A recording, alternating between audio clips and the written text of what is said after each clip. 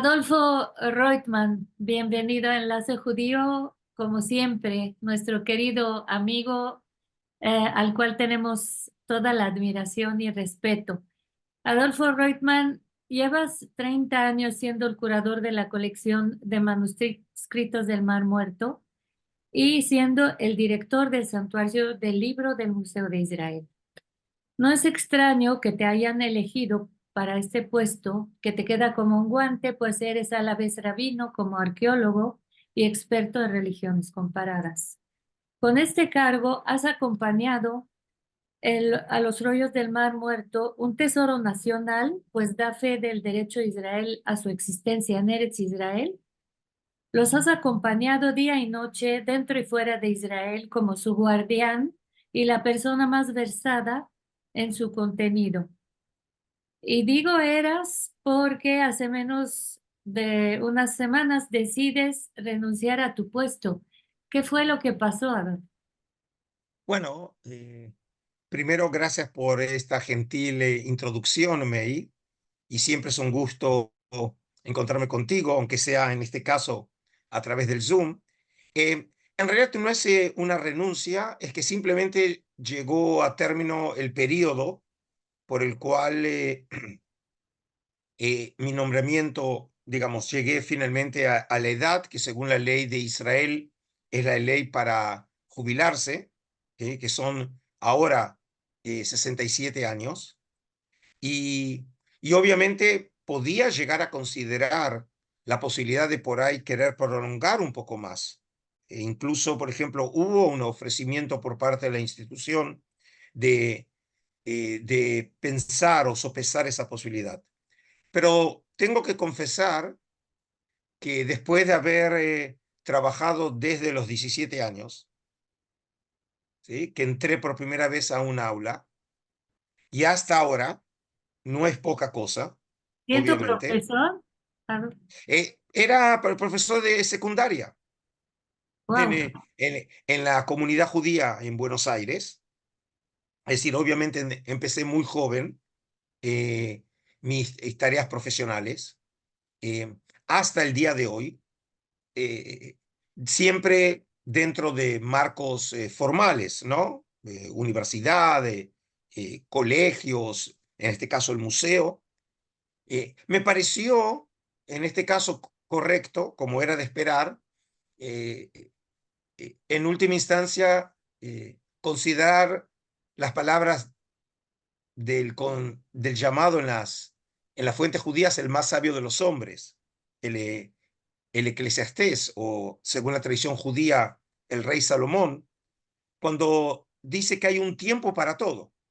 Hay un tiempo para reír, hay un tiempo para llorar, hay un tiempo para vivir, hay un tiempo para morir. Y también acá hay un momento de trabajo y hay otro momento, eh, digamos, en donde la naturaleza del trabajo o el marco del trabajo va a cambiar. No voy a dejar de trabajar, pero sí de cambiar de marco, que obviamente me limitaba, porque eh, si, por ejemplo, me invitaban a ciertos lugares, en este caso yo tenía que, obviamente, recibir autorización de la dirección del museo. También estaba limitado en la cantidad de tiempo que me podía ausentar de mi oficina. Y ahora, por supuesto, voy a tener esa libertad que después de tantos años de trabajo uno también merece volver a recuperar esa libertad. Así que ese es el marco, digamos, formal que, que hace que hace unos días atrás anuncié oficialmente precisamente que dejo mi posición en el Santuario del Libro. ¿Cuáles son las celebraciones, proyectos, homenajes que te van a organizar? Porque realmente pues hubo un antes y un después en el Santuario del Libro. Bueno, mira, hay un dicho en hebreo que dice, el panadero no habla de su pan, ¿no? Y por lo tanto, eh, otros podrán evaluar qué aportes yo hice a lo largo de estos 30 años. Puedo contarte qué hice, ¿no? Pero precisamente hablando de esto, de cómo celebrar o marcar este antes y después, eh, tengo que decir que me siento muy agradecido a muchas personas que han pensado que realmente un momento así debería ser marcado, celebrado. En Israel, gente del Museo de Israel, gente de la Universidad Hebrea con la que hemos trabajado durante años juntos, están construyendo precisamente eso, un evento en donde yo les dije que en lo personal no me gustaría que fuera simplemente eh, un, un evento para el ego, ¿sí? En donde simplemente oír palabras de alabanza. No, no quiero porque no pega bien mucho con mi personalidad.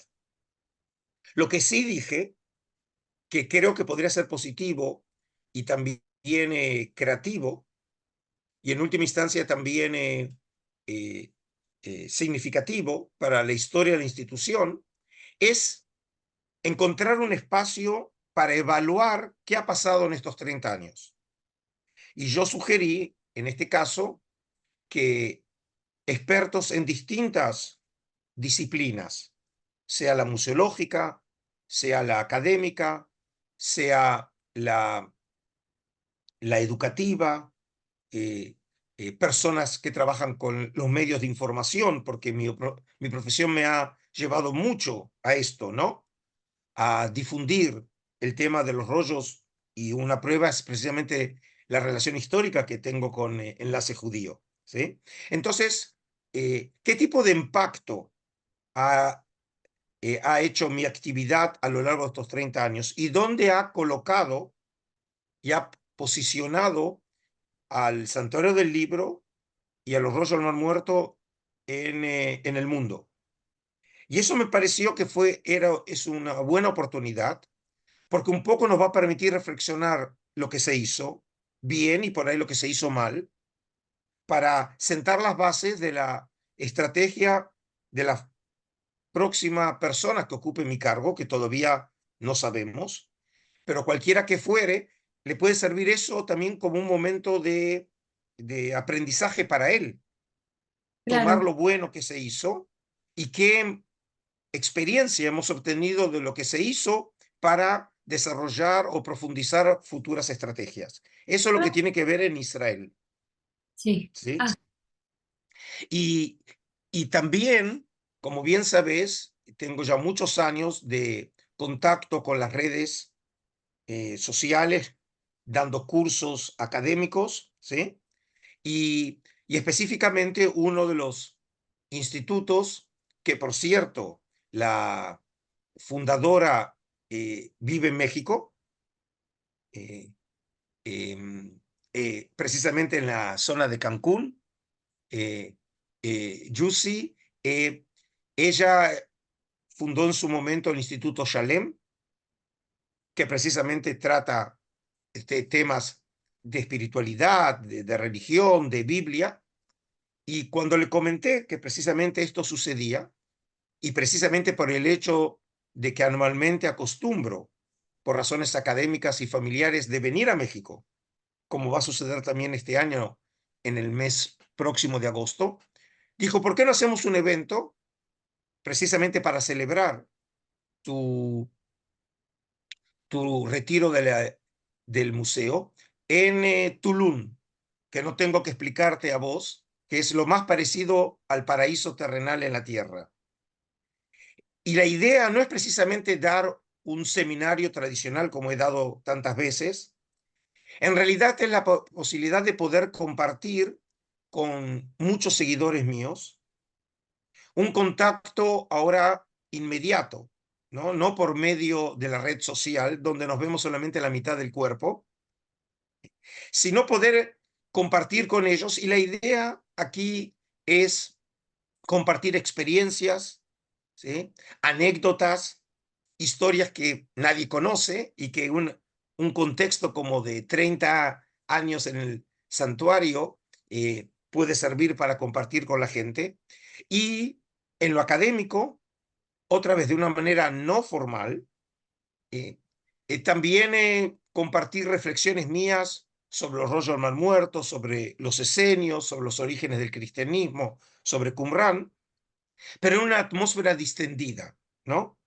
Eh, y me pareció que puede ser eso, digamos, obviamente muy emocionante. Como yo lo dije en una de las promociones de ese evento, dije, no es solamente para que ellos me agradezcan a mí, es para que yo pueda agradecerle a la gente, que la gente ha encontrado interés en mis palabras, que me ha seguido. Y también me gustaría mucho en lo personal saber de qué manera lo que yo les he enseñado o he tratado de impartir, cómo les, les ha influido a ellos como personas. Yo sé que hay gente que me lo ha hecho saber, incluso gente que me ha escrito a propósito de este evento, que ellos se sintieron en algunos casos muy afectados de buena manera por mis enseñanzas. Es decir, que en lo personal, la mayor satisfacción es que las personas no hayan sido indiferentes a mis enseñanzas. Así que entre los días 16 y 18 de agosto en Tulum, precisamente va a ser este evento. Así que, por lo menos hasta donde yo sé, salvo que haya alguna sorpresa que obviamente no me compartieron, esto es los eventos en Israel y precisamente en México. ¿Cuáles han sido tres momentos que te han impactado en tu gestión como, como curador de los rollos del Mar Muerto? Eh, bueno, como siempre es muy difícil, ¿no? Tres, es como si fuera uno por década, ¿no? Eh, por ejemplo, yo creo que uno de los eventos importantes, un verdadero jalón en la historia del Santuario del Libro, fue cuando en el año 2011 nosotros por primera vez en el mundo colocamos los rollos del Mar Muerto en la plataforma Google, que por cierto después estuve en México, hice la presentación en Google México, ¿sí? Estuve, sí. Em, Eso fue realmente un evento que marca un antes y después. Es decir, nunca antes los rollos del Mar Muerto fueron colocados en una plataforma que le permitiera a la gente ver por primera vez en todo el globo terráqueo esos rollos en una calidad de imagen de 1200 megapíxeles. eh, pues colocamos en esa oportunidad 5 de los 8 manuscritos que tenemos en nuestra colección, y eso es porque esos materiales estaban ya tratados y por lo tanto podían ser mostrados en toda su dimensión. Y a partir de ahí, digamos, todos tomaron como algo ya muy obvio que los rollos pueden ser vistos en cualquier lugar de la Tierra, ¿sí? Y yo recuerdo realmente el enorme interés que generó este momento. Ese podría ser uno, ¿sí?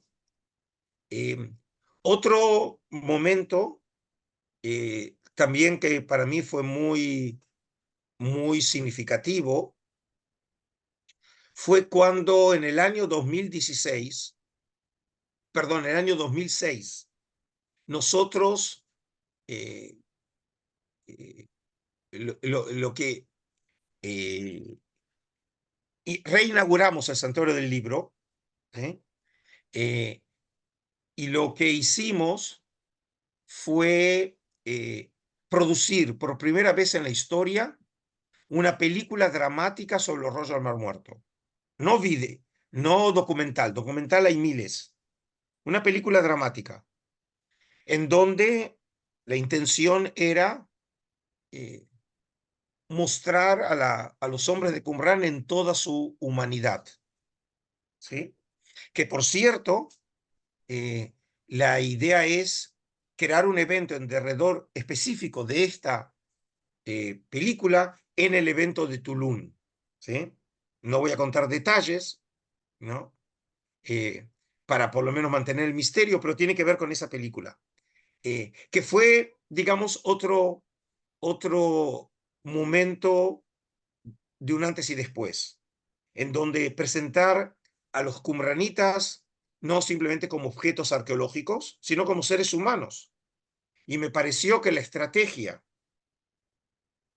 en este caso la estrategia dramática o cinematográfica, podía ser un recurso museológico para comunicar ideas o insight que yo tenía como curador. Y en este caso es muy diferente de una exhibición tradicional. Y el tercer momento, digamos, tiene que más ver con lo personal. Eh, en enero del 2020, hubo un gran evento en Yad Vashem por el Holocausto. Y vinieron eh, personalidades políticas del mundo entero. En el término de 48 horas, en el Museo de Israel recibí al presidente de Portugal, al rey de Bélgica, al príncipe de Luxemburgo, pero sin duda la gran figura que recibí en ese marco fue el entonces príncipe y hoy el rey de Inglaterra, a Carlos III. Y yo recuerdo estar con el príncipe Carlos y me sentía parte de una película, sencillamente, ¿sí? Porque son personajes que uno los conoce, obviamente, de los medios de comunicación, ¿sí? Pero la posibilidad simplemente de compartir con él unos momentos, si no fueron pocos, simplemente de ser humano a ser humano. Y como dije, entonces era solo el príncipe heredero, no el rey. Eh, es algo muy emocionante. Incluso cuando finalizó su visita, y como nos habíamos adelantado y todo tenía que cumplirse de acuerdo a los tiempos, dijeron, bueno, ¿y qué hacemos ahora con el príncipe Carlos? El museo obviamente estaba totalmente cerrado para su visita, porque a la visita de él son cientos de personas que lo acompañan, dos equipos de televisión que lo acompañan. Entonces dijimos, y ya era tarde y era un día de frío, era enero en Jerusalén, dijimos, bueno, nos sentamos a tomar té. Y entonces nos sentamos alrededor de una mesa con el embajador de Israel en Londres, con el embajador de Gran Bretaña en Israel, con el director general del museo, ¿sí? Con el príncipe y quien te habla. Y en un momento pensé, ¿qué no daría un simple inglés de sentarse a compartir una taza de té con el futuro rey de Inglaterra? ¿Sí? Y es esas cosas, digamos, que me permitió mi profesión de crear, como te dije, nuevos recursos como la película, ¿sí? O como colocar los rollos en Internet o incluso tener experiencias a nivel personal como ser humano, ¿sí? Digamos, son algunos de los tantas experiencias o momentos que he tenido a lo largo de 30 años.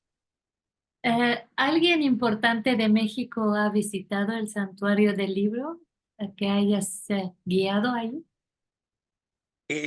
Mira, llegaron, por ejemplo, muchos intelectuales. Eh, hay una cátedra, Rosario Castellano, en la Universidad Hebrea, que en esos marcos han llegado muchas personalidades, ¿sí? Un ex director de la Biblioteca Nacional de ustedes, o profesores de literatura, de teatro, pero te puedo comentar una experiencia con alguien de México, cuando llega el entonces gobernador de México, Peña Nieto, a Israel. Y entonces yo no lo conocía, digamos, como persona, y me pidieron obviamente que yo lo guiara. Y lo que yo no sabía, que Peña Nieto estaba casado con una famosa actriz mexicana. ¿Cómo se llama? La gaviota. La Gaviota. Y entonces, ¿cómo lo descubrí?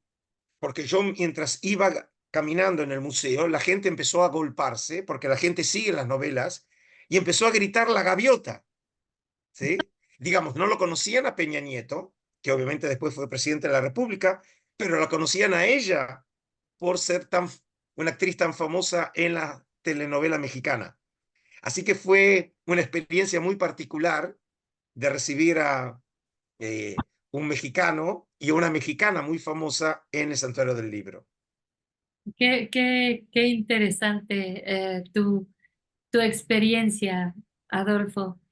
Em, ¿Cuáles son los secretos más importantes que te revelaron los rollos? Y como un libro nunca se termina de leer, ¿podemos esperar más descubrimientos, más hallazgos respecto a los rollos del Mar Muerto? Mira, cuando hablamos de los rollos Mar Muerto, hablamos de una mina inagotable de conocimiento. Pero es literal. Eh, estos manuscritos fueron descubiertos hace aproximadamente unos 75 años atrás. Y representa el mayor descubrimiento arqueológico en la historia de la arqueología de Israel y para muchos, y obviamente me incluyo, el más importante del mundo en el siglo XX. Y utilizando también la imagen que antes utilizamos, hay un antes y un después. Todo aquello que creíamos conocer o saber sobre el judaísmo antiguo, sobre los orígenes del judaísmo rabínico, del cristianismo, cambió de manera radical después de este descubrimiento. Porque nunca antes encontramos material original escrito hace 2000 años, que en algunos casos nos llegó relativamente en un buen estado de preservación y que nos abrió una nueva dimensión al conocimiento.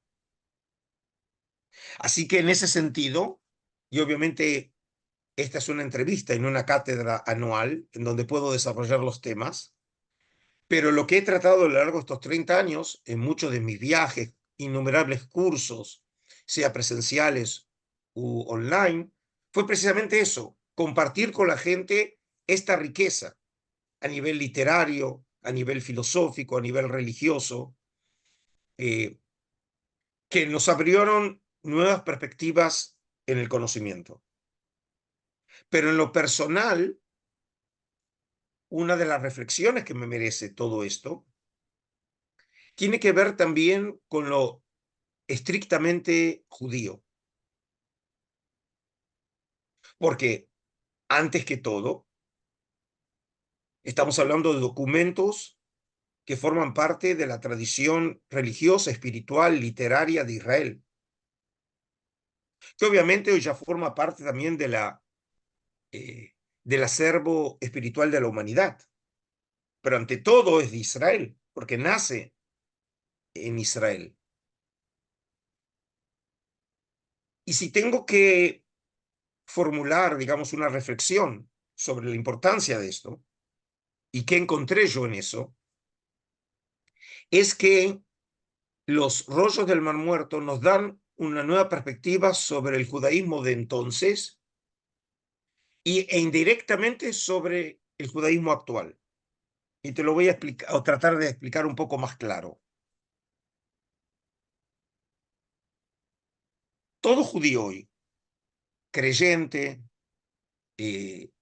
no creyente, aquellos que cumplen las mitzvot, las regulaciones judías, aquellos que no, todos ellos derivan, si no son ellos, son sus padres, si no son sus abuelos, si no son sus bisabuelos, de un tipo de judaísmo, que es el judaísmo rabínico, que es el judaísmo que marcó o que definió los límites de lo que llamamos el judaísmo histórico por 2000 años. Hoy, por ejemplo, tenemos judaísmo secular, ¿sí? Tenemos un judaísmo de carácter socialista, eh, eh, tenemos un judaísmo humanista, e incluso dentro de lo religioso, obviamente tenemos desde el judaísmo ultraortodoxo, tenemos el ortodoxo, el conservador, el reformista, es decir, tenemos una plétora de posibilidades de cómo entender lo judío. Pero como dije, hasta eh, una, unos siglos atrás, y no tan atrás, el judaísmo tenía fundamentalmente un carácter rabínico. Y por eso, y otra vez, no importa cómo el judío moderno se presenta o se entiende, cuando habla de judaísmo, incluso cuando rechaza lo que conocemos como judaísmo rabínico, es decir, sus prácticas, sus creencias, porque es lo que nosotros entendemos que es el judaísmo, ¿no? O como, parafraseando el título de una obra clásica del gran rabino alemán Leo Beck, la esencia del judaísmo. ¿Cuál es la esencia del judaísmo? Los rollos del Mar Muerto nos presentan no un judaísmo, sino que esa enorme literatura que hemos encontrado ahí nos presenta de alguna manera ecos de los judaísmos que había en esa época. Estamos hablando de la época grecorromana. Y ya Para había ubicar el punto, judaísmo, perdón, y ya había judaísmos en plural. es decir, había judaísmos, es decir, distintos grupos identificaban de distinta manera el judaísmo, porque en esa época no existía un judaísmo normativo. Es decir, no teníamos un papa que establecía la ortodoxia de qué es o qué define el judaísmo. Distintos grupos podían tener o tenían una base común, pero en última instancia la manera de entender esa base común a veces se oponía de manera radical una con otra, sea en la interpretación de la normativa judía, sea en el tema de las creencias, sea en cuanto a qué textos eran considerados sagrados y otros no. Es decir, todavía no había, digamos, límites para ese judaísmo que se estableció más precisamente en los marcos del judaísmo rabínico. Y ahora, ¿por qué esto es importante, May? Porque cuando uno estudia esta época, que es la greco-romana, nos permite evaluar no solamente la policromía del judaísmo de entonces, sino la policromía de hoy.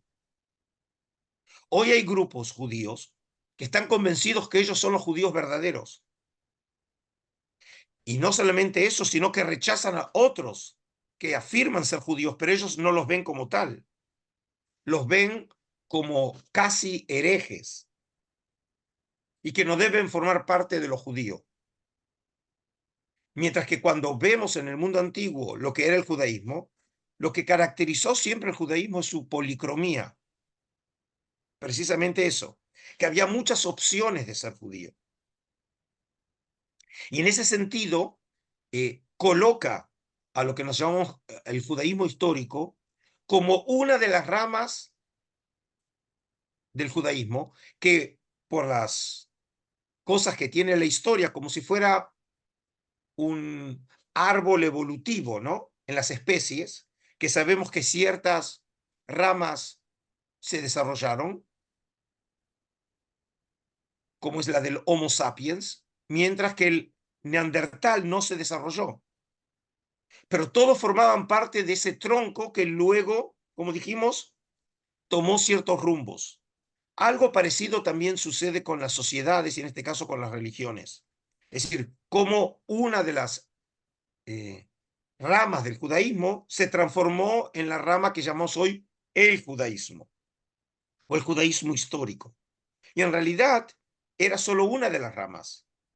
Y en ese sentido creo que si tengo que reducir o simplificar esta reflexión, diría que los rollos del Mar Muerto te obligan a ser mucho más humilde en la manera de evaluar tu identidad y la manera también de entender a los otros y por lo tanto ser mucho más tolerante.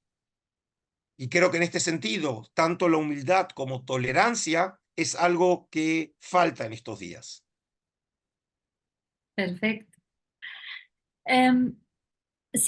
Hablando de lo sagrado, siendo tú rabino y encargado de un objeto quizás el más sagrado de Israel, ¿cómo te sentías ante tanta responsabilidad? eh,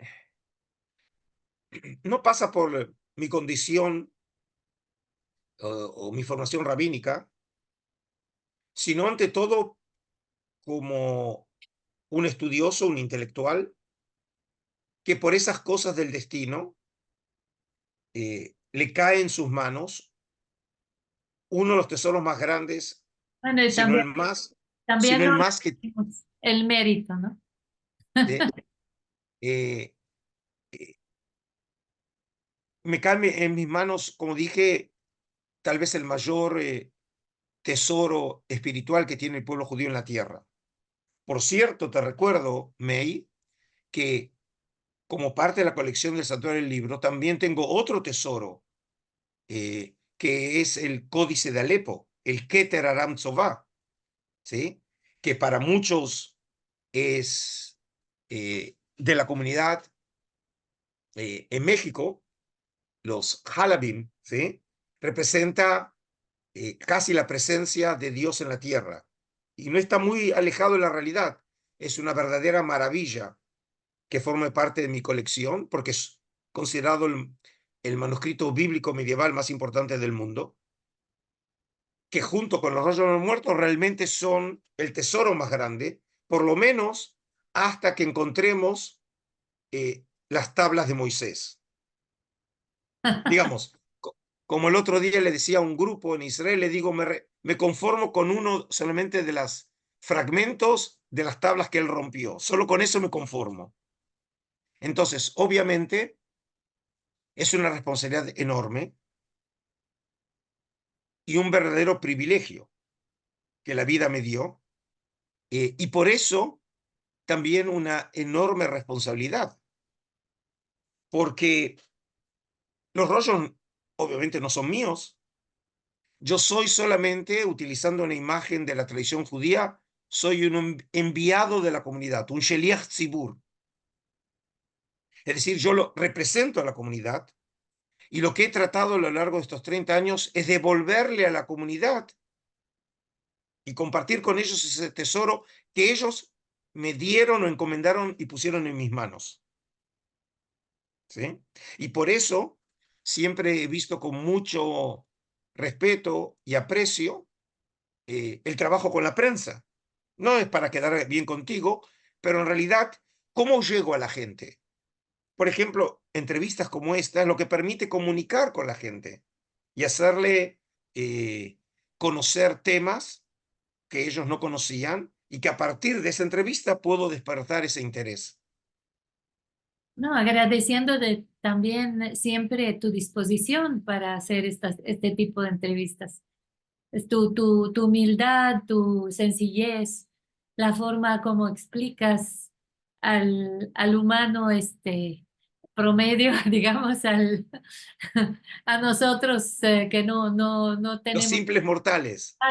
sí, a los simples mortales, una cosa tan extraordinaria como los rollos del mamut. Bueno, ese si tuviera que poner el dedo en cuál de las virtudes por ahí creo que me he destacado, más que en el conocimiento, porque hay mucha gente que sabe, y obviamente también que sabe mucho más que yo.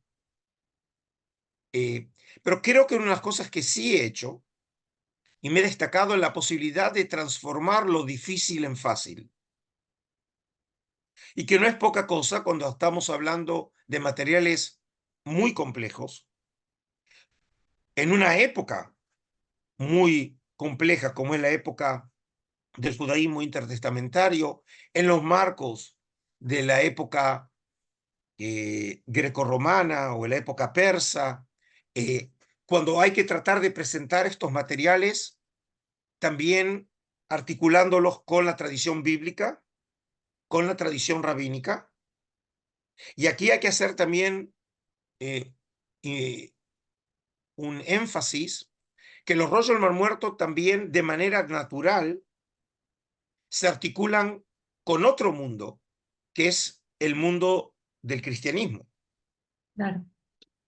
Es decir, que los rollos del Mar Muerto son una verdadera ventana que, a través de la cual se permite conocer los orígenes de lo que va a ser el futuro cristianismo, esa religión que durante siglos fue rival del judaísmo, pero sus orígenes están precisamente en esta época, y los documentos de esa época que son relevantes para explorar esos orígenes están en los rollos del Mar Muerto. Claro, claro, hiciste un trabajo de divulgación impresionante. Dije al inicio que los rollos de alguna manera justificaban la presencia de los judíos en Eretz Israel. ¿Puedes ahondar un poco en este tema? Bueno, cuando hablas de justificar, es como utilizar o recurrir a una dimensión apologética para hablar de los rollos. Los rollos son testimonio material de la producción intelectual, espiritual, literaria, religiosa de los judíos que vivieron en la tierra de Israel hace 2000 años. Hay que recordar que la enorme mayoría de los materiales están escritos en hebreo, y muchos de ellos en una escritura que nosotros, los hebreo parlantes modernos, podemos leer. Te voy a contar una anécdota. En el año 2003, yo instalé una exhibición muy grande en el museo, que lo llamamos en hebreo Sod Ha'Ijal, es decir, los secretos del santuario, ¿sí? En inglés se llamó Envisioning the Temple. Eh, y, y en esa exhibición, el centro, el foco de la exhibición era una sección del rollo del templo. El rollo es de la cueva número 11, hallado en 1956, y tiene más de 8 metros de extensión. Y una de sus secciones, en la más extensa de cualquier fragmento de los rollos, tiene más de 3 metros de extensión, y lo teníamos obviamente como el foco central de la exhibición.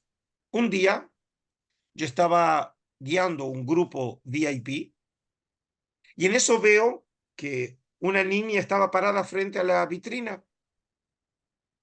Entonces le digo, esperen un minuto. Me acerco a la niña y le digo, ¿sos israelí? Sí. Digo, ¿qué edad tenés? Dice, tengo 8 años. ¿Vos lees hebreo? Me miró como un marciano. Digo, por supuesto que sé leer hebreo. Digo, a ver, ¿podés empezar a leer?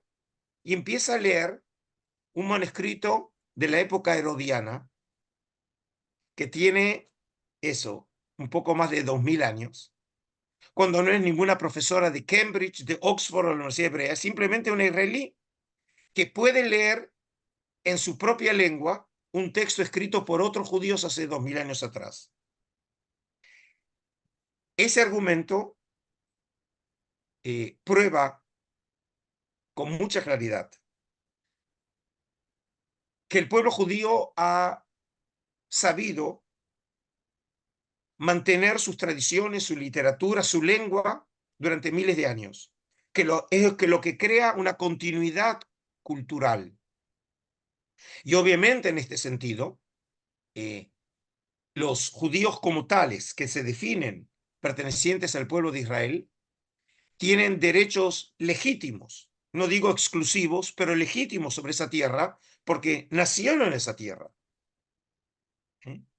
Y por lo tanto, leer estos textos de judíos escritos 2000 años es como si le hubiera, de alguna manera estuviera leyendo textos de parientes muy antiguos de una misma familia, que de alguna manera yo también desciendo de ellos, a pesar de no saber quiénes fueron mis ancestros hace 2000 años en la tierra de Israel. Muchísimas gracias, Adolfo. Muchas gracias y nos veremos en México, primero Dios, pronto. Si Dios quiere, así sea. El fin de junio estoy como profesor visitante en la Universidad de Viena. En agosto comienzo mi gira en Costa Rica y luego llego a México, ¿sí? Precisamente por eso el evento en Tulum. En noviembre estoy en Roma dando un seminario eh, eh, en la Biblioteca Apostólica, y si Dios quiere, y si todo sale bien, como espero, entre los meses de enero y junio del próximo año, vendré como profesor visitante al prestigioso Colegio de México, cosa que me llena en lo personal de orgullo por la importancia que tiene a nivel no solo mexicano, sino continental el colegio. Y además de eso voy a también dar cursos en otras instituciones académicas de México. Así que vamos a tener otras oportunidades, May, para encontrarnos y compartir experiencias. Muchísimas gracias, Adolfo.